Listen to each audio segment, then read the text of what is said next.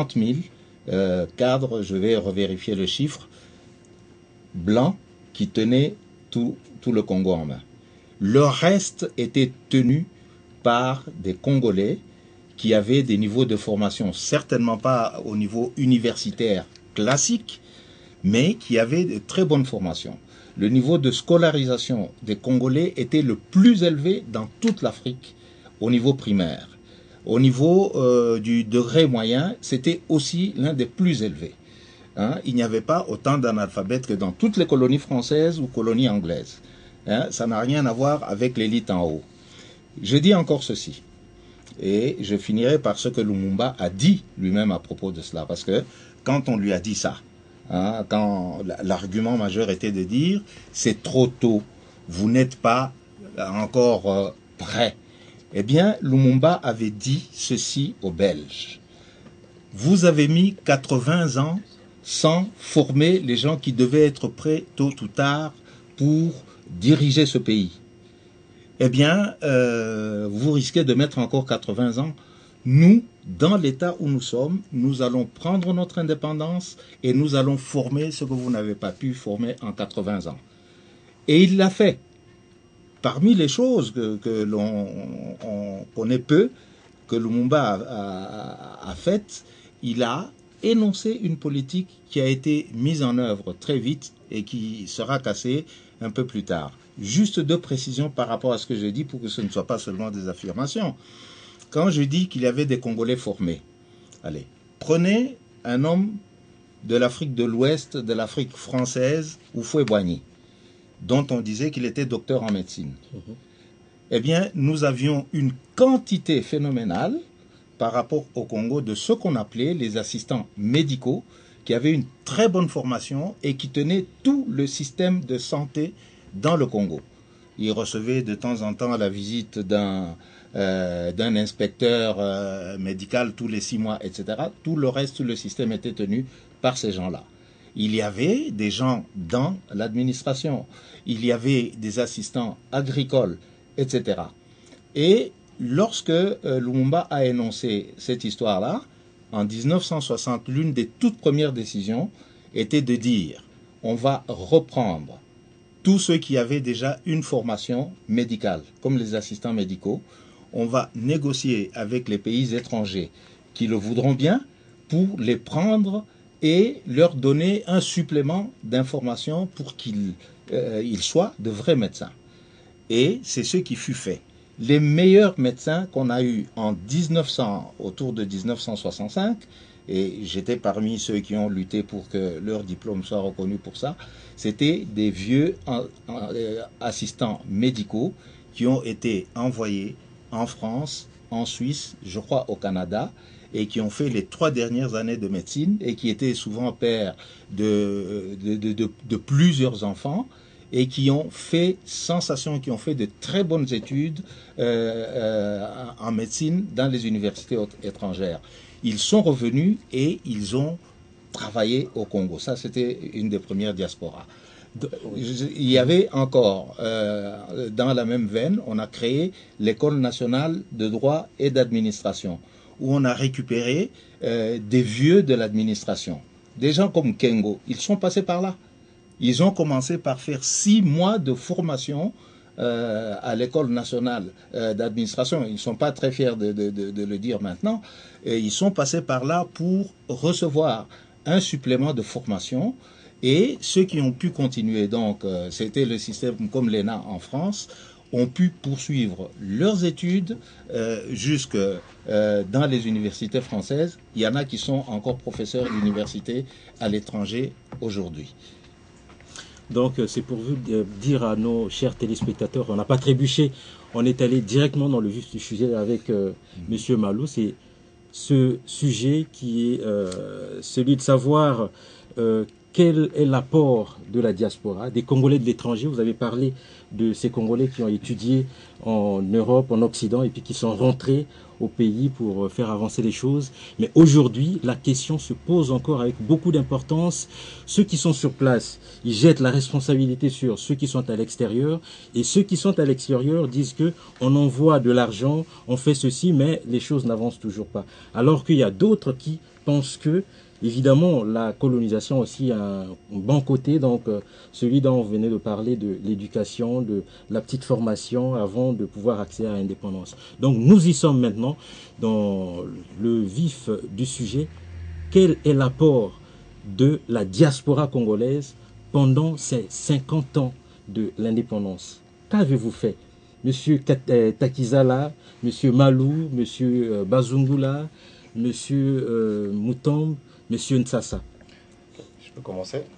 Je vous en prie. Alors je commence juste par peut-être changer une phrase que j'ai entendue depuis le début de cette émission.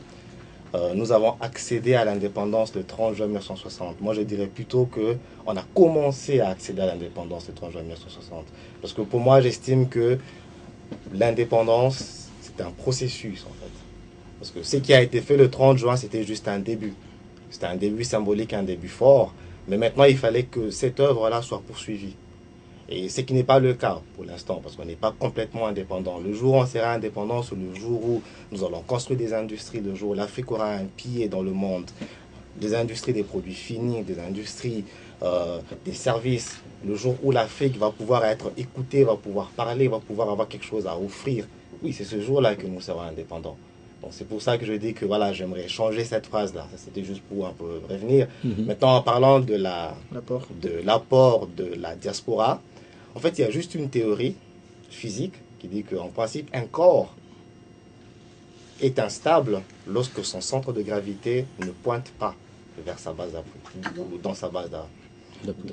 Voilà, dans sa base d'appui. C'est-à-dire que le centre décisionnel du monde aujourd'hui, le centre décisionnel de l'Afrique ne se trouve pas en Afrique. C'est-à-dire que l'Afrique n'est pas du tout stable. C'est très simple. Il n'a qu'à voir tous les projets de développement économique, tous les projets d'industrialisation, tous les projets qui concernent des questions sur la santé, sur l'éducation, ne sont pas pris en Afrique. C'est-à-dire que l'Afrique est instable, elle n'est pas du tout indépendante. Donc toutes les décisions viennent de l'extérieur. Exactement. Voire indirectement ou directement, ce ne sont pas les Africains qui décident. Les Africains, ils subissent. En tout cas, jusqu'à preuve du contraire.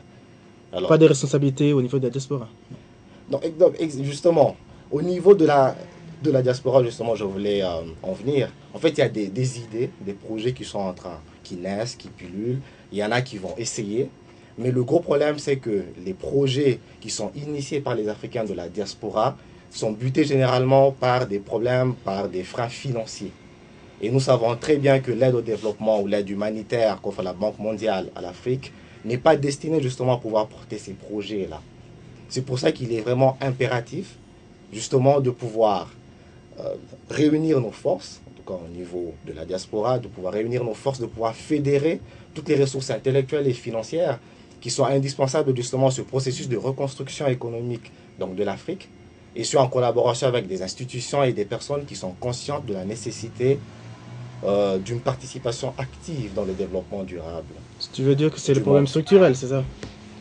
Exactement, c'est un problème de système, c'est un problème structurel et c'est un problème de système. C'est pour ça que d'ailleurs, je voulais même en parler. Il y a des amis et moi, nous sommes en train de créer justement une coopérative de droit suisse qui s'appelle Coopérative financière de la diaspora africaine, qui aura donc pour but de pouvoir faciliter l'accès au crédit bancaire pour des projets initiés par les Africains en Afrique. Et non seulement au niveau financier, mais c'est vrai que nous allons aussi apporter cet accompagnement juridique ou technique dont tout le monde a besoin pour le montage d'un vrai projet industriel. Et je pense que pour vraiment que nous puissions parler d'indépendance, il faut que nous passions par là.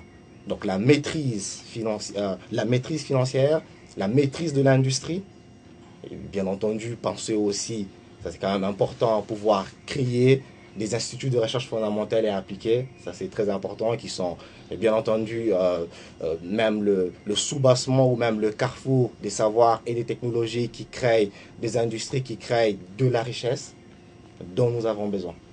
Mais ça, voilà. C'est une très bonne idée, c'est vrai, mais il y a 2 ans, il y a la vice-ministre des Congolais de l'étranger qui était venue ici.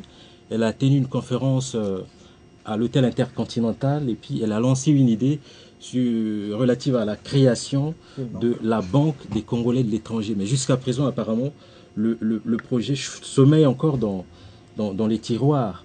Mais est-ce que ce ne sera pas juste au niveau de la théorie? Est-ce que la réalisation de ce projet sera facile?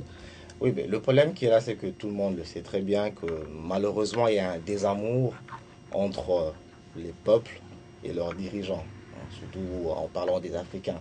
Donc lorsqu'un projet est initié comme ça par le gouvernement, très généralement les gens sont très sceptiques, hein, pour des raisons que nous connaissons tous, hein, certainement. C'est pour ça que l'idée de pouvoir créer une structure exactement de même nature, mais de la créer au niveau privé, ça va exactement, ça va vraiment aider les gens parce que les gens auront plus confiance et il y aura vraiment une mouvance, il y aura vraiment quelque chose qui va se faire en fait. Apparemment, M. Malou, vous n'êtes pas de cet avis. Hein? Si, mais je suis un peu sceptique par rapport à une partie. Je ne voudrais pas accaparer la parole. Mais je veux dire que quelle que soit la période depuis que nous sommes soi-disant indépendants, déjà au point de départ, je dirais, l'indépendance, nous l'avons eue parce que c'est un machin formel, mais nous n'avons peut-être pas encore gagné notre souveraineté. C'est ce que vous avez dit dans d'autres termes. Mais, et puis par rapport à la diaspora, oui. C'est quoi la diaspora, hein? La diaspora congolaise, sauf quelques éléments très rares, qui n'ont rien à voir avec les finances, avec les affaires, etc. Ce sont des gens qui sont venus se débrouiller en fouillant les affres de notre cher pays. Hein? Donc, quelqu'un qui vient se débrouiller à l'étranger, quel que soit le niveau qu'il a atteint, alors la diaspora c'est quoi? L'investissement c'est quoi? Soutenir sa famille régulièrement parce que les autorités sont dans l'incapacité de faire leur travail, comment dire, de subvenir aux besoins de la population, c'est pas un investissement. Avoir un taxi pour se débrouiller, assurer les fins du mois de papa qui est resté là-bas, c'est pas un investissement. Donc la notion d'investissement est très problématique. Pour ne pas être loin, je dirais, et il l'a dit d'une certaine façon, mais je crois qu'il faut mettre les pieds dans le plat. Le contexte, l'environnement intérieur, tous les gouvernements congolais confondus de 1960 à aujourd'hui se sont montrés incapables d'assurer un environnement convenable pour développer les affaires. Et ceux qui essayent, par exemple, d'avoir de gros investissements. Je connais ici déjà, il y a un certain nombre d'années, des Congolais de la diaspora, disons la partie haute de la diaspora, qui ont essayé d'investir pour aller créer des usines avec des partenaires, des plantations, etc. Ils se sont cassés le nez devant l'imbécilité des gouvernements en place. Aujourd'hui encore, c'est le cas. Monsieur Ntsassa? Oui. Je reviens d'abord à une chose, c'est que tout à l'heure je parlais de la liberté et j'avais dit qu'est-ce que nous avons fait de cette liberté. Moi je souhaiterais que chacun de nous Congolais, nous soyons un peu humbles, ayons l'humilité aujourd'hui de reconnaître devant la mère patrie, compte tenu de la régression de la situation, que nous sommes tous coupables, quelque tendance que ce soit. Parce que il ne s'agit pas de se jeter la balle de gauche à droite. D'une façon ou d'une autre, chacun de nous était capable d'apporter quelque chose dans l'essor du développement. Et d'une façon ou d'une autre, nous avons failli à notre mission à un moment ou à un autre, qu'on ait été comme fonctionnaire de l'État, comme militaire, comme diplomate, partout où on a été congolais. Et si on voit la situation globale aujourd'hui, la régression est telle que ne pas le reconnaître, c'est aussi faillir de nouveau à notre mission. C'est la première étape, à mon avis, et nous devons demander pardon à notre mère patrie. Partant de là, on se pose la question, qu'est-ce qu'il faut faire pour s'en sortir?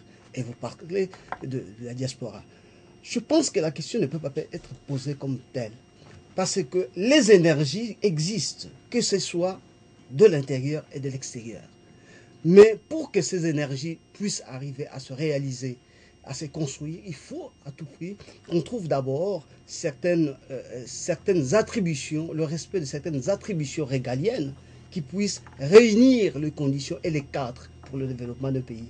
Le pays ne se développe pas parce que j'ai envoyé un taxi à ma famille, ne se développe pas parce que j'ai envoyé 20 francs à mon neveu ou ma nièce, mais c'est parce que nos efforts conjugués trouvent un cadre qui puisse permettre à ce que nous puissions travailler sans être victimes des tracasseries. Et quand je parle des attributions régaliennes, il y a la justice, il y a la défense, la sécurité qui assure à tout le monde sa capacité, il y a la diplomatie, et il y a la gestion de la chose publique, la gestion du budget. Tous ces éléments permettent à ce qu'on puisse réussir. Et par conséquent, à ce niveau, je suis désolé, je reviens à cette situation, je pense que le 30 juin ou l'année du cinquantenaire, c'est une année beaucoup plus d'une réflexion par rapport à nos responsabilités chacun et par rapport à la direction que nous voulons donner à ce pays et ne plus soumettre le pays comme une prostituée qui est victime et que chacun peut venir là où il veut pour s'en servir comme il veut. Ces attributs régaliens, est-ce que la République démocratique du Congo dispose de ce genre de choses? Monsieur Mutomba. Oui. Bon, peut-être j'aimerais revenir très rapidement sur ce que j'ai dit en ce qui concerne la période d'accession de la RDC à sa souveraineté internationale. Je crois que là, on doit distinguer, et on a toujours distingué, n'est-ce pas, deux choses. Il y a la préparation politique, et là-dessus, n'est-ce pas, tout le monde est unanime que la préparation politique de la RDC avait été insuffisante.